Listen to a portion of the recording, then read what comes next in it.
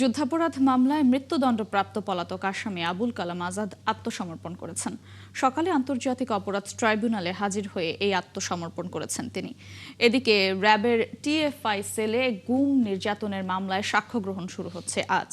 শেখ হাসিনা, তারিক আহমেদ সিদ্দিক, আসাদুজ্জামান খান কামাল, র্যাবের সাবেক ৩ মহাপরিচালক ও ১১ সাবেক সেনা কর্মকর্তা সহ ১৭ জনের বিরুদ্ধে সাক্ষ্য দেবেন গুমের ভুক্তভোগী ব্যারিস্টার আরমান।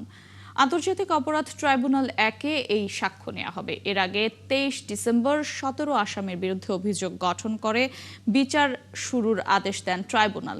এই মামলার গ্রেফতার আছেন ১০ সেনা কর্মকর্তা। এছাড়া আজ ইন্টারনেট বন্ধ করে হত্যাযজ্ঞের মামলায় সজীব ওয়াজেদ জয় ও জুনায়েদ আহমেদ পলকের বিরুদ্ধে অভিযোগ গঠনের বিষয়ে আদেশ দেবেন বিশেষ ট্রাইব্যুনাল।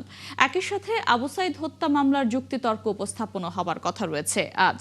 এই মুহূর্তে ট্রাইব্যুনালে আছেন সহকর্মী মাইনুল মারুফ, সরাসরি যুক্ত হব তার সঙ্গে। মাইনুল, ট্রাইব্যুনালে আজকের যেসব মামলার কার্যক্রম রয়েছে সেই সম্পর্কে আপনার কাছে কি কি তথ্য রয়েছে জানাবেন। যুদ্ধাপরাধের মামলা যেগুলো ছিল ২০১১ সালে, সেই মামলার অন্যতম আসামি ছিলেন তিনি এবং মৃত্যুদণ্ডপ্রাপ্ত আসামি ছিলেন তিনি। তাকে বিচার শেষে মৃত্যুদণ্ড দেওয়া হয়। তিনি সেই মামলায় শুরু থেকে পলাতক ছিলেন। সেই পলাতক আসামি আবুল কালাম আজাদ আজ কিন্তু আন্তর্জাতিক অপরাধ ট্রাইব্যুনালে এসেছেন। তিনি আত্মসমর্পণ করেছেন ইতোমধ্যে এবং পরবর্তীতে ট্রাইব্যুনাল তাকে জেলে পাঠান বা কি করেন সেটা কিন্তু কিছুক্ষণ পরে জানাতে পারব। এবং তিনি এই যে দীর্ঘ সময় তিনি কিন্তু পলাতক ছিলেন, এরপর তার অনুপস্থিতিতেই তার পক্ষে আইনজীবী নিয়োগ দিয়ে কিন্তু সেই বিচার কাজ হয়েছিল। এর বাইরেও আজকে হাসানুল হক ইনুর মামলায় কিন্তু সাক্ষ্য গ্রহণ হবে। এই মামলায় আজ যে মামলার তদন্ত কর্মকর্তা রয়েছেন তিনি সাক্ষ্য দেবেন। অর্থাৎ অন্যান্য মামলাগুলোতে যেমন দেখি যে তদন্ত কর্মকর্তা একদম শেষ পর্যায়ে সাক্ষ্য দেন, এই মামলায় ইতিমধ্যে ১০ জনের সাক্ষ্য গ্রহণ কিন্তু হয়েছে। তো তদন্ত কর্মকর্তা সাক্ষ্য দেবেন। সেই হিসেবে বলা যায় যে ইনুর মামলায় সাক্ষ্য গ্রহণ কিন্তু অনেকটাই শেষ পর্যায়ে রয়েছে এবং এই সাক্ষ্য গ্রহণ শেষে কিন্তু মামলাটি যুক্তিতর্ক পর্যায়ে উপস্থাপন। ট্রাইব্যুনাল থেকে যুক্ত ছিলেন সহকর্মী মাইনুল মারুফ। ত্রয়োদশ জাতীয় সংসদ নির্বাচনে আজ প্রার্থীদের মধ্যে প্রতীক বরাদ্দ করছে নির্বাচন কমিশন। সকাল ৯টা থেকে শুরু হয়েছে এই কার্যক্রম। প্রতীক হাতে পাওয়ার পরদিন থেকেই আনুষ্ঠানিক নির্বাচনী প্রচার শুরু করতে পারবেন প্রার্থীরা। এর আগে মঙ্গলবার প্রার্থিতা প্রত্যাহারের সময় শেষ হয়েছে। সারা দেশে ৩০৫ প্রার্থী ভোটের মাঠ ছেড়েছেন। ফলে নির্বাচনে প্রতিদ্বন্দ্বিতা করবেন ১৯৬৭ জন প্রার্থী। নির্বাচন কমিশনের তফসিল অনুযায়ী ভোট গ্রহণের ৪৮ ঘন্টা আগ পর্যন্ত নির্বাচনী প্রচার করা যাবে। ১২ ফেব্রুয়ারি সকাল ৭:৩০ থেকে বিকেল ৪:৩০ পর্যন্ত এই ভোট গ্রহণ চলবে। এবারের নির্বাচনে দেশের প্রায় ১২,৭৭,০০,০০০ ভোটার ভোট দেবেন। জাতীয় সংসদ নির্বাচনের ভোট গ্রহণের পাশাপাশি গণভোটও হবে ভিন্ন ব্যালটে। প্রতীক বরাদ্দের আরো খবর নিয়ে আমাদের সাথে যোগ দিচ্ছেন সহকর্মী সবুজ মাহমুদ। সবুজ, এরই মধ্যে নির্বাচন কমিশন প্রতীক বরাদ্দ শুরু করেছে, এই বিষয়ে কি তথ্য আছে আপনার কাছে? মৌটুসী, এই ঢাকার ১৩টি আসনের যে প্রতীক বরাদ্দ সেটি এই সেগুনবাগের চেয়ার রিটার্নিং অফিসারের কার্যালয় থেকে হচ্ছে। সকাল ৯টা থেকে শুরু হয়েছে। এখানে আপনাকে বলে রাখি, নির্বাচনের যে গণপ্রতিনিধিত্ব যে বিধি ১৯৭২ সালের যে আদেশ, সেখান থেকে কিন্তু বলা হয়েছে যে নির্বাচনের যে প্রতীক বরাদ্দ সেটি দুইভাবে করা যেতে পারে।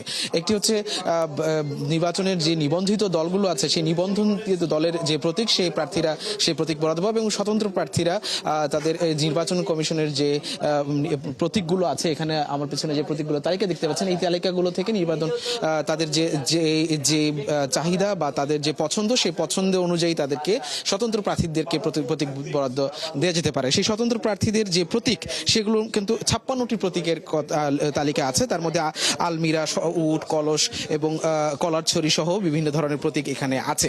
আমার সামনে দেখতে পাচ্ছি মাকসুদুর রহমান, উনি ঢাকা ৭ আসনের একজন প্রার্থী। উনি মুক্তিজোট নামে যে দল সেটি আছে, তার প্রতীক হচ্ছে ছড়ি, এবং আরও একজন আছেন তিনিও ছড়ি প্রতীকে আছেন এবং এই ছড়ি প্রতীকের প্রার্থীরা এখানে ইতিমধ্যে প্রতীক বরাদ্দ পেয়ে ঢাকা ৫ আসন এবং ঢাকা ৪ আসন এবং ঢাকা ৭ আসনের যারা এই প্রতীকের বরাদ্দ পেয়েছে তারা আছেন। এখানে দলীয় প্রতীক কিন্তু নিবন্ধিত এবং দলীয় প্রতীকের বাইরে স্বতন্ত্র প্রার্থীদের ক্ষেত্রে তাদের পছন্দের যে প্রতীক, সেই প্রতীকের মধ্যে তাদের অগ্রাধিকার ভিত্তিতে সেই প্রতীকগুলো দেয়া হচ্ছে এবং তাদের যে যদি কেউ এর আগে স্বতন্ত্র প্রার্থীদের কেউ এর আগে যদি কোনো নির্বাচন করে থাকে সেখানে যে প্রতীকে সে নির্বাচন করেছিল এর আগে সেটি কিন্তু তাকে অগ্রাধিকার ভিত্তিতে দেওয়ার বিধান রয়েছে এবং যদি একই স্বতন্ত্র প্রার্থী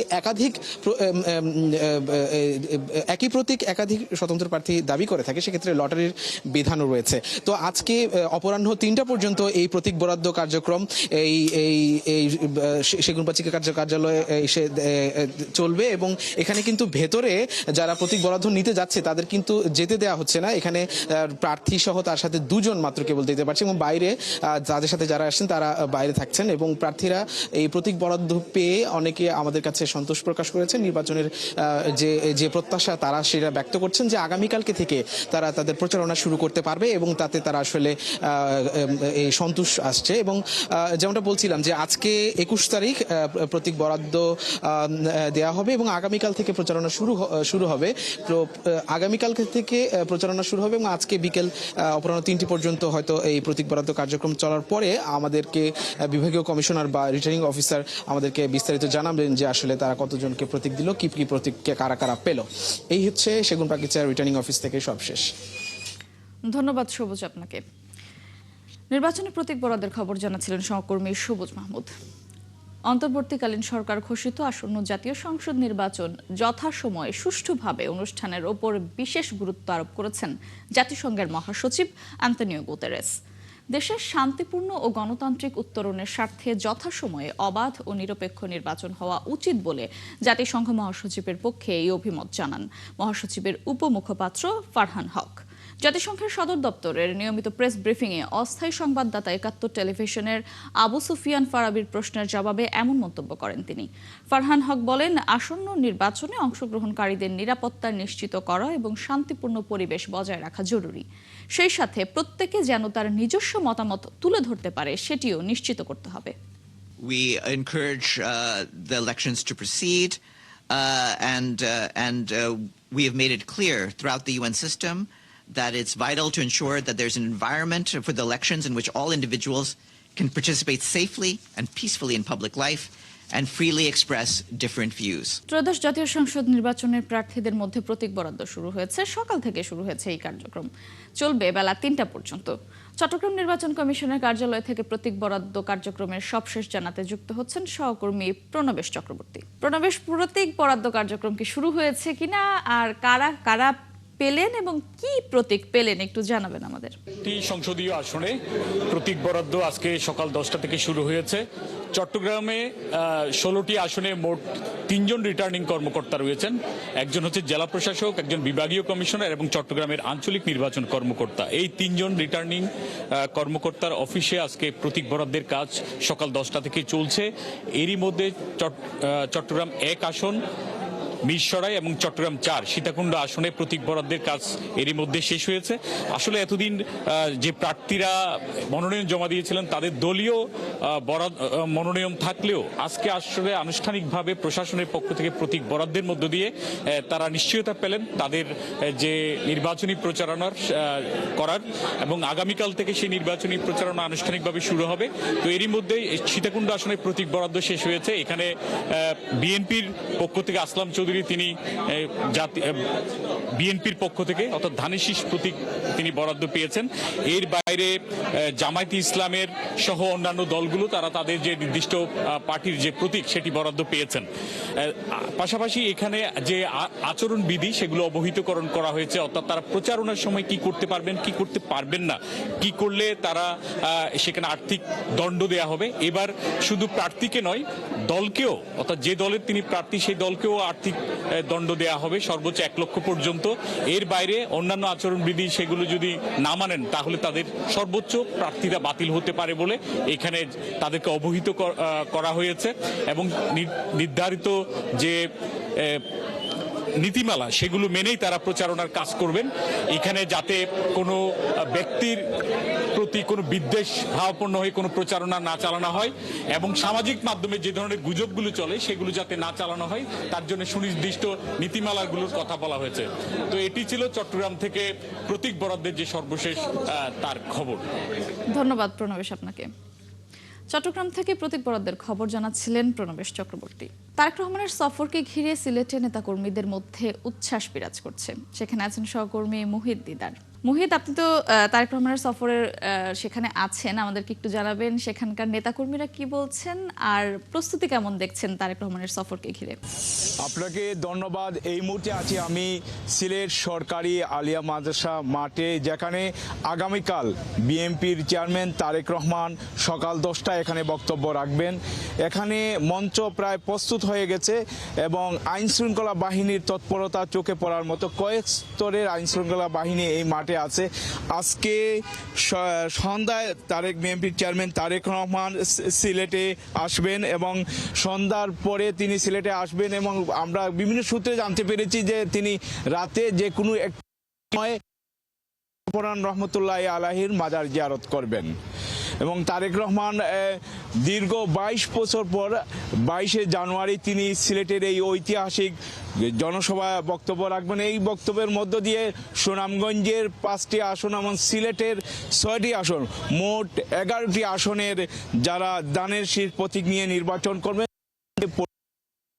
এখানে তারেক রহমান সিলেটে আসছেন, এ নিয়ে বিএনপি নেতাকর্মী এবং সাধারণ মানুষের মধ্যে একটি উৎসাহ উদ্দীপনা দেখা যাচ্ছে। আজকে সকাল থেকে আপনারা দেখতে পাচ্ছেন মাঠে নেতাকর্মীরা এসেছেন এবং সাউন্ড সিস্টেম সহ সব প্রস্তুত হয়ে গেছে এবং সাধারণ মানুষ এবং বিএনপি নেতাকর্মীরা বলছেন যে আগামীকালকে সকাল 10টায় যে জনসভা করবেন, সেই জনসভার মাধ্যমে একটি ঐতিহাসিক বার্তা সিলেটের মানুষ, সারা দেশের মানুষের কাছে তারেক রহমান দিবেন।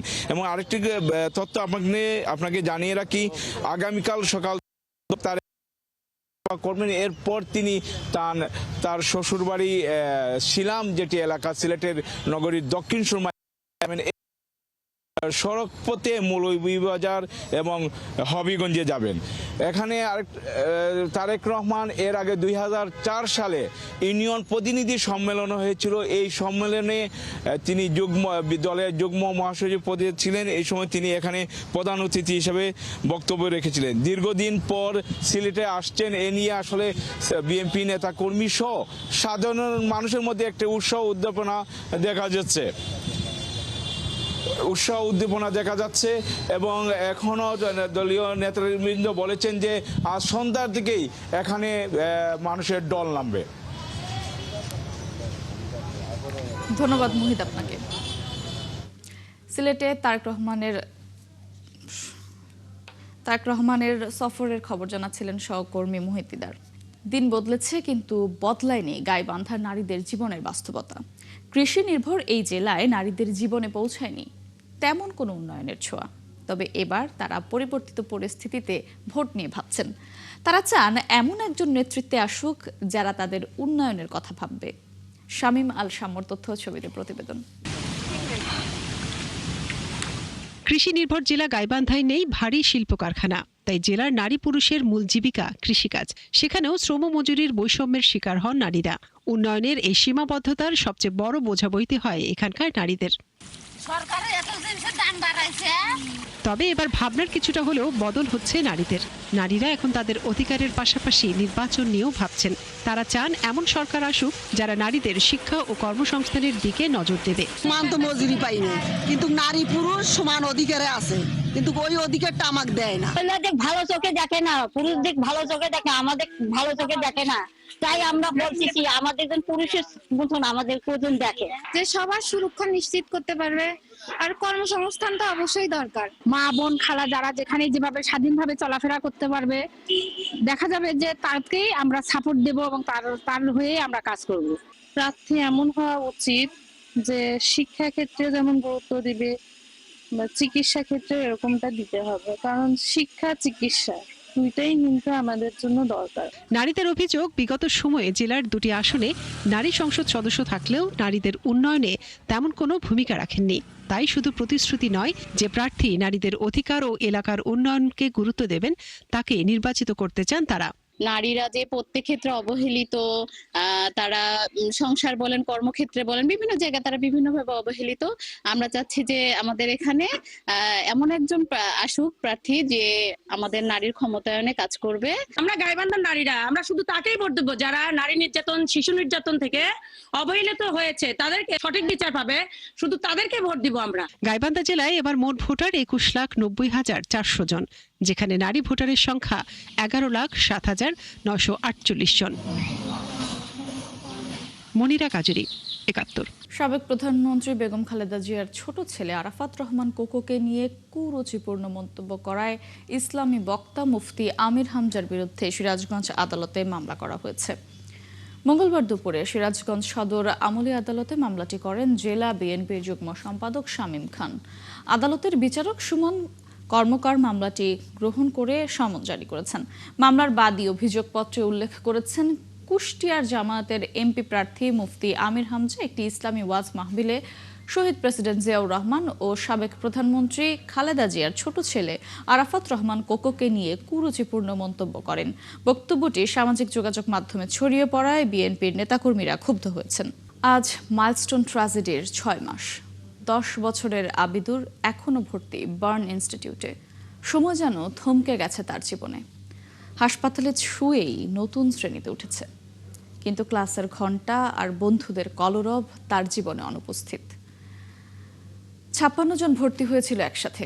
20 জন সাথীকে হারিয়েছে আবিদুর, আর 35 জন ফিরে গেছে বাড়ি। শাহনাজ শারমিনের প্রতিবেদন। গেল বছরে 21 জুলাই সকালে মুখরিত ক্যাম্পাস, বাড়ি ফেরার আগ মুহূর্তে বদলে গেল সব হিসেব নিকেশ। এরপর বিকেলে একের পর অ্যাম্বুলেন্সের সাইরেন আর আত্মচিৎকার বদলে দেয় জাতীয় বার্ন ও প্লাস্টিক সার্জারি ইনস্টিটিউটের চিত্র। মাইলস্টোন ট্র্যাজেডিতে 36 জনের প্রাণহানি ঘটে, 165 জন আহত হন, যার বেশিরভাগই শিক্ষার্থী। 56 জনের চিকিৎসা শুরু হয় এই হাসপাতালে। দেশি বিদেশি টিম সমন্বিত চিকিৎসা শুরু করেন।